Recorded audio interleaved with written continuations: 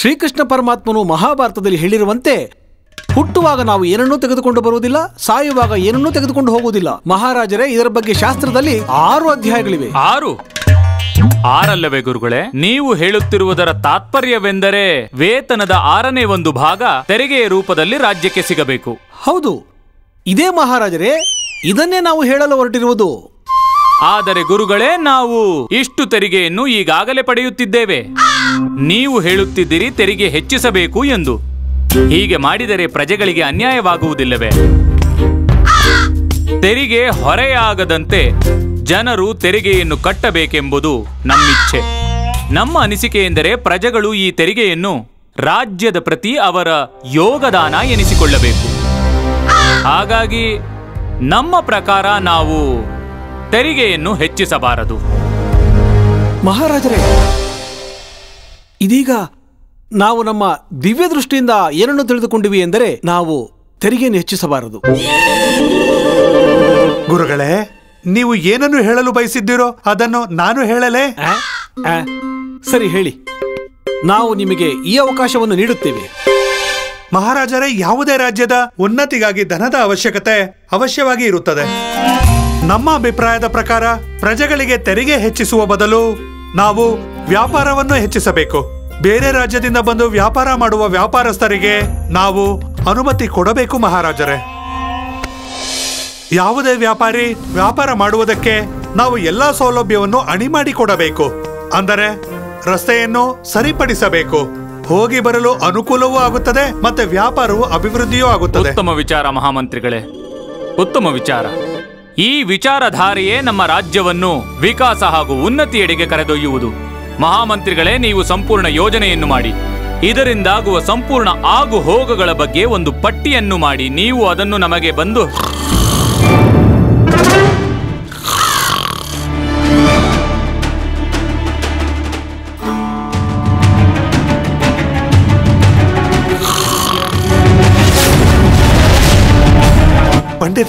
ಪಂಡಿತ ರಾಮಕೃಷ್ಣರೇ,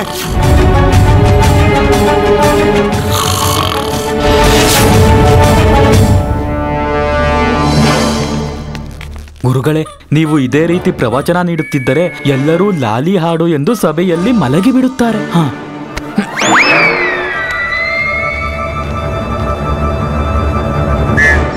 ಗೆಳತಿಯರೇ, ಗಂಡ ಯಾರೆಂದರೆ ನಮ್ಮ ಐಷಾರಾಮಿ ಜೀವನದ ರಥವನ್ನು ಕುದುರೆಯಂತೆ ಎಳೆಯುತ್ತಾನೆ. ರಥ ಮುಂದೆ ಹೋಗಬೇಕೆಂದರೆ ಕುದುರೆಯ ಲಗಾಮು ನಮ್ಮ ಕೈಯಲ್ಲಿರಬೇಕು. ಲಗಾಮು ನಮ್ಮ ಕೈ ಬಿಟ್ಟು ಹೋದರೂ ಸಹ ನಮ್ಮ ಬ್ರಹ್ಮಾಸ್ತ್ರ ಇದೆಯಲ್ಲ, ಅಂದರೆ ನಮ್ಮ ಕಣ್ಣೀರನ್ನು ನಿಮ್ಮ ಆಯುಧ ಮಾಡಿಕೊಳ್ಳಿ. ಹೀಗೆ ಮಾಡಿದರೆ ಪತಿ ಸದಾ ನಿಮ್ಮ ಹಿಂದೆಯೇ ಬರುತ್ತಾನೆ, ತಿಳಿತಾ?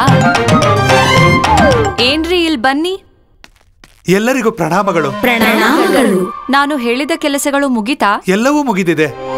ನಿಮಗೆ ನೀರು ಬಿಸಿಯಾಗಿದೆ, ಮತ್ತೆ ನೀವು ಹೇಳಿದ ಹಾಗೆ ಎಲ್ಲಾ ಬಟ್ಟೆಗಳನ್ನು ಒಗೆದಾಯ್ತು.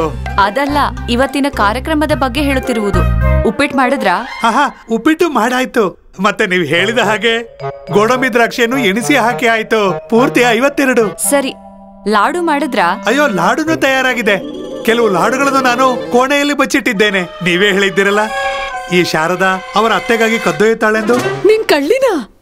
ಇಲ್ಲ ಇಲ್ಲ, ಬಚ್ಚಿಡಕ್ಕಲ್ಲ, ನಾನು ಎತ್ತಿಡಕ್ ಹೇಳಿದ್ದೆ, ಅಮ್ಮನಿಗೋಸ್ಕರ.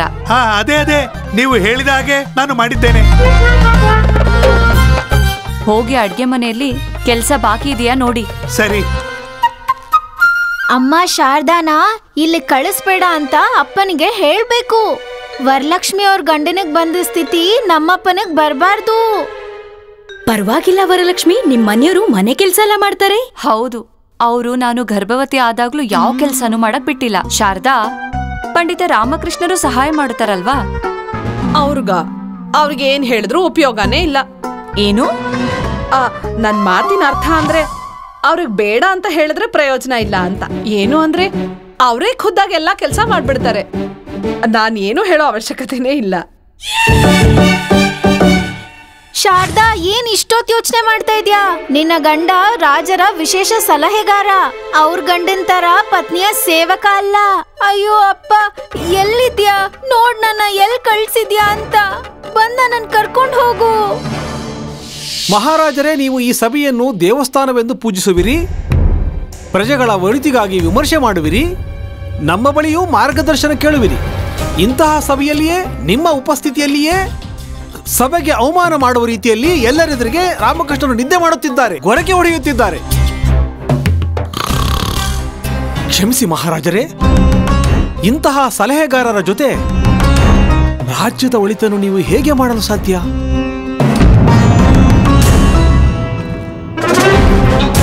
ಪಂಡಿತ ರಾಮಕೃಷ್ಣ ಎದ್ದೇಳಿ. ಶಾರದಾ ನೋಡು, ನಿನ್ ಮಗು ಎದ್ದಿದೆ. ಮತ್ತೆ ಅವನು ಲಂಗೋಟಿ ಒದ್ದೆ ಮಾಡ್ಕೊಂಡಿರ್ತಾನೆ. ಹತ್ಕೊಂಡು ನಿನ್ನ ಕರೀತಿದ್ದಾನೆ ನೋಡು. ಗುರುಗಳ ಧ್ವನಿಯಲ್ಲಿ ಅಳ್ತಿದ್ದಾನೆ, ಅದ್ ಯಾಕೋ ಗೊತ್ತಿಲ್ಲ. ನೋಡಿ ಮಹಾರಾಜರೇ, ನೋಡಿ, ಮಾನಸಿಕ ಸ್ಥಿತಿ ಸರಿಯಿಲ್ಲದವರೇ ನಿದ್ರೆಯಲ್ಲಿ ಈ ರೀತಿ ಮಾತನಾಡುವರು. ಇಂಥವರು ನಮ್ಮ ಆಸ್ಥಾನಕ್ಕೆ ಬೇಕೇ?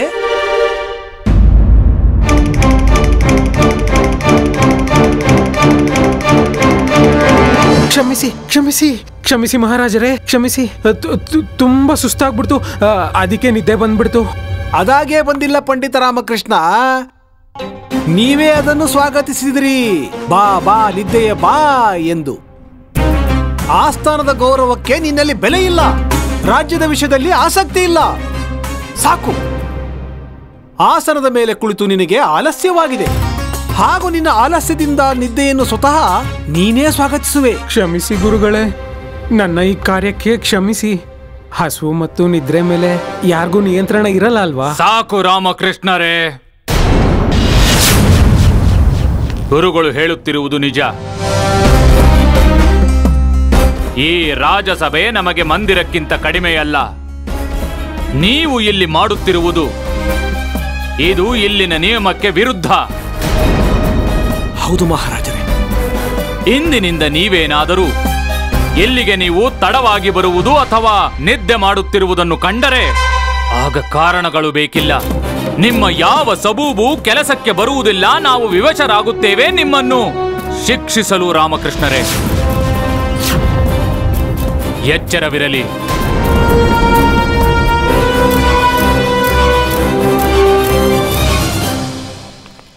ಅಯ್ಯೋ ದೇವ್ರೆ, ಮನೇಲಿ ಭಾಸ್ಕರ ನಿದ್ದೆ ಮಾಡೋದಕ್ ಬಿಡಲ್ಲ, ಇಲ್ಲಿ ಗುರುಗಳು ನೆಮ್ಮದಿಯಿಂದ ಇರೋದಕ್ ಬಿಡಲ್ಲ. ನನ್ ಗತಿ ಏನಾಗ್ಬೇಕು?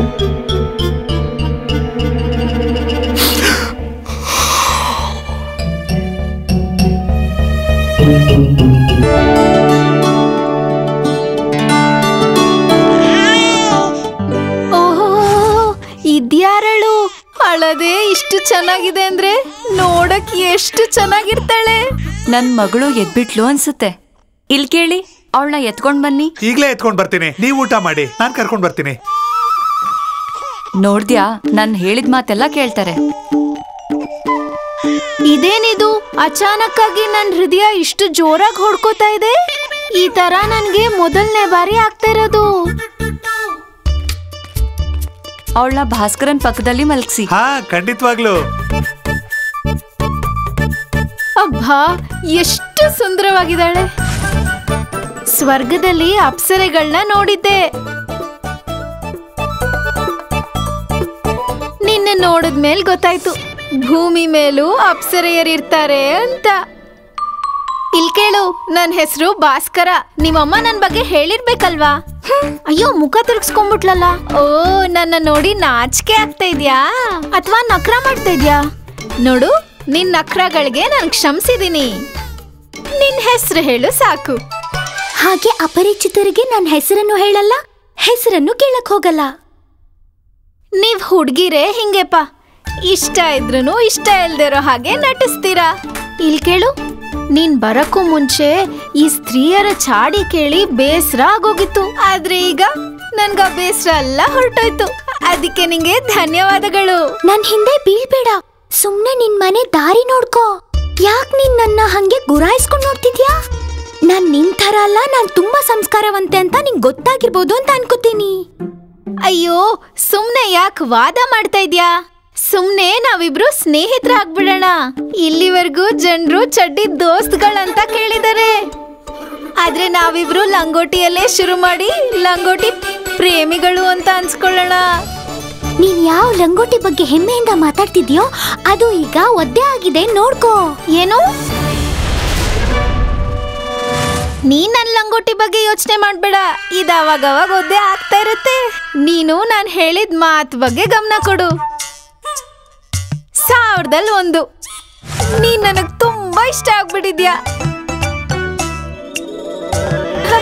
ಅಯ್ಯೋ, ಈಗ ತಾನೇ ನೀನ್ ಅಪ್ಸರೆ ಅಂತ ಹೊಗಳ್ದೆ. ಅಪ್ಸರೆಯರ್ ಅಳ್ತಾರಾ? ಮಿತ್ರರಾಗೋಣ ಅಂದೆ, ಮದ್ವೆ ಅಲ್ಲ. ಈಗ್ಲೇ ಯಾಕೆ ಇಷ್ಟೊಂದು ಅಳ್ತಾ ಇದ್ಯಾ? ಇನ್ನು ಮದ್ವೆಗ್ ತುಂಬಾ ಸಮಯ ಇದೆ. ಆ ಸಮಯದಲ್ಲಿ ಎಷ್ಟು ಬೇಕಾದ್ರೂ ಅಳು. ಅಯ್ಯೋ, ಇವರೆಲ್ಲ ಬಂದ್ಬಿಟ್ರು. ನೀವೆಲ್ಲ ನಿಮ್ ಪತಿಯರ್ ವಿರುದ್ಧ ಚಾಡಿ ಹೇಳ್ಬೇಕಾದ್ರೆ ಎಷ್ಟ್ ಚೆನ್ನಾಗ್ ಕಾಣಿಸ್ತಿದ್ರಿ ಗೊತ್ತಾ? ಈಗ ನಮ್ ಮಧ್ಯ ಯಾಕೆ ಬಂದ್ರಿ? ಪ್ರೇಮಿಗಳ ಮಧ್ಯ ಈ ಜನರು ಯಾಕೆ ಮೂಗ್ ತುರ್ಸ್ಕೊಂಡ್ ಬಂದ್ಬಿಡ್ತಾರೆ? ತಮ್ ಕೆಲ್ಸ ನೋಡ್ಕೊಂಡಿರಕ್ಕಾಗಲ್ವಾ ಸುಮ್ನೆ?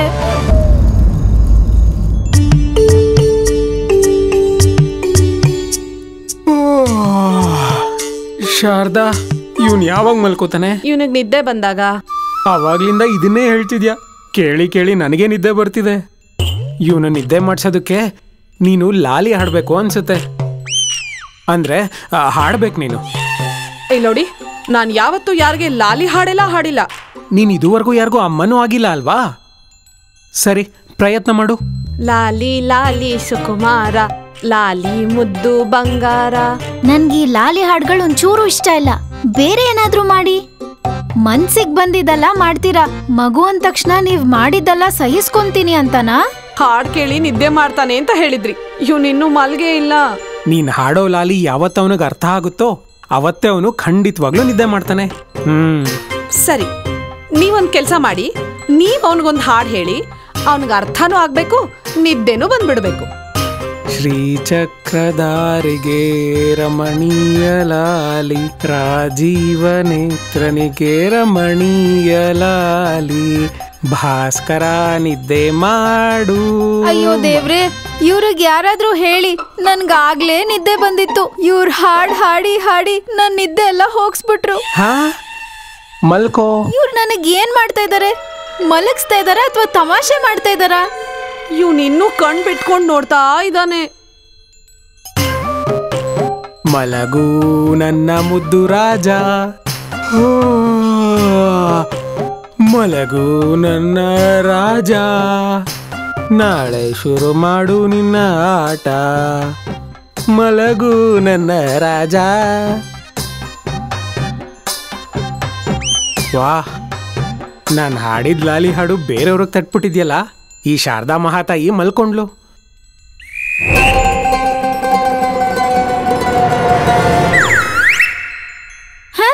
ಅಯ್ಯೋ, ಎದೋಳಿ ಎದೋಳಿ, ಇದು ನಾನ್ ನಿದ್ದೆ ಮಾಡೋ ಸಮಯ, ನೀವ್ ನಿದ್ದೆ ಮಾಡೋ ಸಮಯ ಅಲ್ಲ. ಮಕ್ಳನ್ನ ಬೆಳ್ಸೋದು ಮಕ್ಳಾಟ ಅಲ್ಲ ಅಂತ ಇವ್ರಿಗೆ ಇವಾಗ ನಿಧಾನ ಗೊತ್ತಾಗ್ತಾ ಇದೆ. ಅಜ್ಜಿ, ನೀವ್ ಬೇಗ ಬನ್ನಿ. ಇವ್ರಿಗೆ ಅವ್ರನ್ನೇ ನೋಡ್ಕೊಳಕ್ ಬರಲ್ಲ, ಇನ್ ನನ್ನನ್ನೇನ್ ನೋಡ್ಕೊಂತಾರೆ? ಬೇಗ ಬನ್ನಿ ಅಜ್ಜಿ.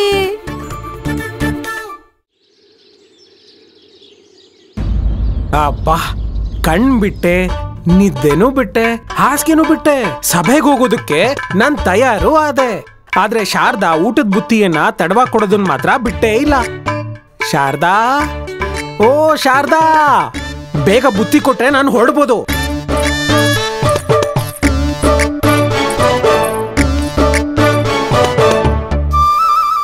ಓ ಶಾರದಾ ಮಹಾತಾಯಿ, ಊಟದ ಬುತ್ತಿನ ಕೇಳಿದ್ದು ಮಗುನಲ್ಲ. ಕೇಳಿಸ್ಲಿಲ್ವಾ ನಿನ್ಗೆ? ಎತ್ಕೊಳ್ಳಿ. ಊಟದ ಬುತ್ತಿ ಕೊಟ್ರೆ ತಾನೇ ಎತ್ಕೊಳ್ಳೋದು. ಮೊದ್ಲು ಆ ಕಡೆ ಗಮನ ಹರಿಸಿ. ಆ ಯೋಜನೆ ಪತ್ರನ ಸರಿಯಾಗಿ ನೋಡಿ. ಅದನ್ನ ನೋಡಿ ಅರ್ಥ ಆಯ್ತಾ? ಅದರ ಪ್ರಕಾರ ಭಾಸ್ಕರನ್ ನೋಡ್ಕೊಳ್ಳೋ ಜವಾಬ್ದಾರಿ ಇವತ್ತು ನಿಮ್ದು. ಇವನ್ ತಂದೆಗೆ ಆಸ್ಥಾನಕ್ಕೆ ಹೋಗೋದಿದೆ ಇವತ್ತು. ನೀವ್ ಆಸ್ಥಾನಕ್ಕೆ ಹೋಗೋದ್ರ ಬಗ್ಗೆ ಅದ್ರಲ್ಲಿ ಏನು ಬರ್ದೇ ಇಲ್ಲ. ನೋಡು ಶಾರದಾ, ಅರ್ಥ ಮಾಡ್ಕೋ. ನಾನು ಏನು ಆಯ್ತು, ನಾನು ತುಂಬಾ ಕಷ್ಟಪಟ್ಟು ಈ ಯೋಜನಾ ಪತ್ರನ ಪಾಲನೆ ಮಾಡ್ತಾ ಇದ್ದೀನಿ. ನಾನಿನ್ನೇನು ಕೇಳಲ್ಲ ಅಲ್ವಾ ಭಾಸ್ಕರ? ಸರಿ, ನೀನು ಇದನ್ನೇ ಪಾಲನೆ ಮಾಡು. ಆದ್ರೆ ನಾನು ಆಸ್ಥಾನದಿಂದ ಬಂದ್ಮೇಲೆ ಅಲ್ಲಿವರೆಗೆ ಈ ಯೋಜನಾ ಪತ್ರದ ಮೇಲೆ ಬಟ್ಟೆ ಹಾಕ್ಬಿಡ್ತೀನಿ. ಇವತ್ತು ಆಸ್ಥಾನದ ಎಲ್ಲಾ ಕೆಲ್ಸಗಳನ್ನ ಮುಗಿಸ್ಕೊಂಡ್ ಬರ್ಬೇಕಾದ್ರೆ ನಿನ್ಗೋಸ್ಕರ ಹೊಸ ಸೀರೆ, ಜಿಲೇಬಿ ಎಲ್ಲಾ ತರ್ತೀನಿ. ಅಲ್ಲಿವರೆಗೂ ನೀನ್ ಭಾಸ್ಕರನ್ ಜೊತೆ ಆಟಾಡ್ತಾನೆ ಇರು. ನಾನ್ ಬರೋಷ್ಟರಲ್ಲಿ ಮಲ್ಗಿರು. ನಾನು ತುಂಬಾ ದಿನಗಳಾದ್ಮೇಲೆ ಒಳ್ಳೆ ನಿದ್ದೆ ಮಾಡ್ತೀನಿ. ಇಲ್ಲೋಡಿ, ನಿಮ್ಮ ಆಟ ನನ್ ಮುಂದೆ ನಡೆಯೋದಿಲ್ಲ. ಹಾಗಾದ್ರೆ ಇವತ್ತು ನಂದೇ ಸರ್ದಿ. ಅದನ್ನೇ ನಾನು ಹೇಳ್ತಾ ಇದ್ದಿದ್ದು, ಮಗುನ್ ನೋಡ್ಕೊಳ್ಳೋದು ನೀವೇ ಅಂತ. ಸರಿ, ಒಂದ್ ಕೆಲ್ಸ ಮಾಡು. ಒಂದೇನು, ಈ ಮನೆ ಕೆಲಸ ಎಲ್ಲಾನು ನಾನೇ ಮಾಡೋದು. ಸರಿ ಸರಿ, ಅದಕ್ಕೆ ಯಾಕೆ ರೇಗ್ತ್ಯಾ? ಒಂದ್ ಕೆಲ್ಸ ಮಾಡು, ಇವನ ಲಂಗೋಟಿ ಬದಲಾಯಿಸಿ ಇವನ್ಗೊಂದು ಒಳ್ಳೆ ಬಟ್ಟೆ ಹಾಕಿ ಚೆನ್ನಾಗಿ ತಯಾರು ಮಾಡು. ಸರಿ, ಆದ್ರೆ ಯಾಕೆ? ಯಾಕಂದ್ರೆ ಇವತ್ತು ಭಾಸ್ಕರನ್ನ ಅವನ ತಂದೆ ಆಸ್ಥಾನಕ್ಕೆ ಕರ್ಕೊಂಡು ಹೋಗ್ತಾನೆ. ಇವತ್ತು ನನ್ನ ಮಗನನ್ನು ಹಾಗೂ ನನ್ನ ಜವಾಬ್ದಾರಿಯನ್ನು ಒಟ್ಟಿಗೆ ನಿಭಾಯಿಸುತ್ತೇನೆ. ಅಯ್ಯೋ ಅಪ್ಪ, ಇವಾಗ್ಲಿಂದಾನೇ ನನ್ನ ಹತ್ರ ಕೆಲ್ಸ ಮಾಡಿಸ್ಕೋಬೇಕು ಅನ್ಕೊಂಡಿದ್ದೀರಾ? ಆದ್ರೆ ನನ್ಗೆ ಆಸ್ಥಾನಕ್ ಬರೋದ್ ಇಷ್ಟಾನೇ. ಯಾಕಂದ್ರೆ ರಾಣಿ ಚಿನ್ನಾದೇವಿ ನೋಡೋ ಅವಕಾಶನೂ ಸಿಗುತ್ತೆ. ನನ್ನ ನೋಡಕ್ಕೂ ಆಸ್ಥಾನದಲ್ಲಿ ಜನರು ಕಾಯ್ತಾ ಇರ್ತಾರೆ. ನಾನ್ ಬರ್ತಾ ಇದ್ದೀನಿ. ಈ ವಿಚಾರದಲ್ಲಿ ನೀವು ಇದೇ ನಿರ್ಣಯವನ್ನು ತೆಗೆದುಕೊಳ್ಳಬೇಕೆನ್ನುವುದು ನನ್ನ ತಾತ್ಪರ್ಯ. ಮಹಾರಾಜರೇ, ಗುರುಗಳ ಮಾತು ಸರಿ ಇದೆ. ನಾವು ಇದರ ಬಗ್ಗೆ ಯೋಚನೆ ಮಾಡಬಹುದು.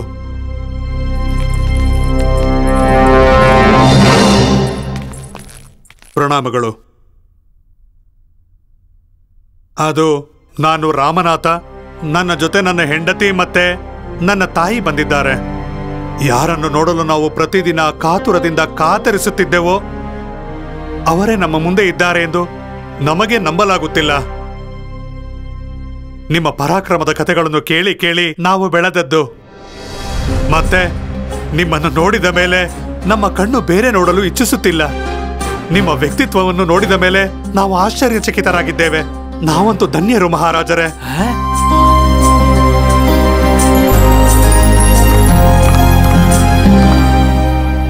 ರಾಮನಾಥರೇ, ನೀವು ಕೆಲವು ದಿನಗಳ ಹಿಂದೆ ನೀವು ಆಸ್ಥಾನಕ್ಕೆ ಬರಲು ಅಪ್ಪಣೆಯನ್ನು ಕೇಳಿದ್ದೀರಿ. ಹೇಳಿ, ನೀವು ಇಲ್ಲಿಗೆ ಬರಲು ಕಾರಣವೇನು? ಹೌದು ಮಂತ್ರಿಗಳೇ, ನಮ್ಮ ಕುಟುಂಬದಲ್ಲೊಂದು ಸಮಸ್ಯೆ ಆಗಿದೆ. ಅದಕ್ಕೆ ಸರಿಯಾದ ಪರಿಹಾರವೇ ಸಿಗುತ್ತಿಲ್ಲ. 2 ವಾರದ ಹಿಂದೆ ನನ್ನ ತಂದೆಯವರ ಮರಣವಾಯಿತು. ಅವರ ದೇಹಾಂತ್ಯದ ನಂತರ ಅವರ ಇನ್ನೊಬ್ಬ ಹೆಂಡತಿ ನಮ್ಮ ಬಳಿ ಬಂದು ನಮ್ಮ ಸಂಪತ್ತಿನಲ್ಲಿ ತಮ್ಮ ಪಾಲು ಕೇಳುತ್ತಿದ್ದಾರೆ. ಅವರು ಕೇಳುತ್ತಿರುವುದು ಈ ಸಂಪತ್ತಿನಲ್ಲಿ ಅರ್ಧ ಪಾಲು. ನಮ್ಮ ತಂದೆಯವರು ಅನಾರೋಗ್ಯದಿಂದಿದ್ದಾಗ ತಂದೆಯವರ ಸೇವೆ ಮಾಡಲು ಅವರು ಎಂದೂ ಬರಲಿಲ್ಲ. ಮತ್ತೆ ಜೀವನ ಪೂರ್ತಿ ಅವರ ಜೊತೆಗೂ ಇರಲಿಲ್ಲ. ಮತ್ತೆ ನಾವು ಈ ಆಸ್ಥಾನದಿಂದ ಏನು ಕೇಳುತ್ತೇವೆಂದರೆ, ಒಂದು ವೇಳೆ ನಾವು ಪಾಲು ಕೊಡಲೇಬೇಕೆಂದಾದರೆ ನಾವು ಎಷ್ಟು ಪಾಲು ಕೊಡಬೇಕು, ಹೇಗೆ ಕೊಡಬೇಕು? ಮಹಾರಾಜರೇ, ರಾಮನಾಥರ ಸಮಸ್ಯೆ ಯೋಚಿಸಲೇಬೇಕಾಗಿದೆ. ನಾವು ಈ ವಿಷಯದ ಬಗ್ಗೆ ವಿಚಾರ ಮಾಡಲೇಬೇಕು. ಮಹಾರಾಜರೇ, ಈ ಆಸ್ಥಾನಕ್ಕೆ ಬಂದ ಮೇಲೆ ಈ ರಾಜ್ಯದ ಪರಂಪರೆಯನ್ನು ಕೇಳಿ, ಇಲ್ಲಿನ ತೀರ್ಪುಗಳು ಹಾಗೂ ನ್ಯಾಯಬದ್ಧತೆಗಳನ್ನು ನೋಡಿ ನನಗೆ ನಂಬಿಕೆ ಬಂದಿದೆ. ನನಗೆ ನನ್ನ ಸಮಸ್ಯೆಗೆ ಪರಿಹಾರ ಹಾಗೂ ನ್ಯಾಯ ಖಂಡಿತವಾಗಿ ಸಿಗುತ್ತದೆ. ಅಗತ್ಯ ದೊರೆಯುವುದು.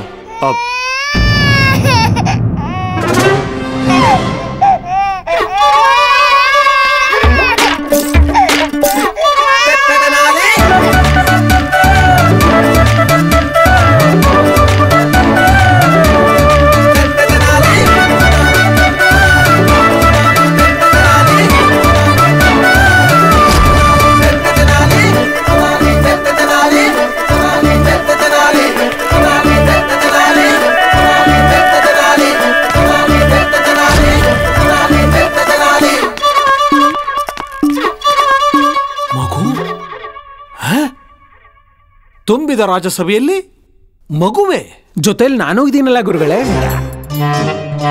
ಪ್ರಣಾಮ ಮಹಾರಾಜರೇ. ಪ್ರಣಾಮ ಗುರುಗಳೇ. ಅದೇನಂದ್ರೆ ಶಾರದಾ ಹೊರಗೋಗಿದ್ದಾಳೆ. ಇವನ್ನ ನೋಡ್ಕೊಳೋ ಸರ್ದಿ ನಂದಾಗಿತ್ತು. ನನ್ ನಿದ್ದೆ ನೆಮ್ಮದಿ ಎಲ್ಲಾನು ನನ್ ಜೊತೆನೆ ಕರ್ಕೊಂಡ್ ಬಂದ್ಬಿಟ್ಟೆ. ಪಂಡಿತ ರಾಮಕೃಷ್ಣ, ಇದು ಸಭೆಯ ಸಮಯ. ಇಲ್ಲಿ ಪ್ರಜೆಗಳ ವಿಷಯವಾಗಿ ವಿಚಾರವನ್ನು ಮಾಡಲಾಗುತ್ತದೆ. ಅವರ ಸಮಸ್ಯೆಯನ್ನು ನಿವಾರಿಸಲಾಗುತ್ತದೆ. ಈಗ ಇಲ್ಲಿ ಮಕ್ಕಳನ್ನು ಆಡಿಸಲಾಗುವುದೇ? ಮಹಾರಾಜರೇ ನೋಡಿ. ಗುರುಗಳೇ,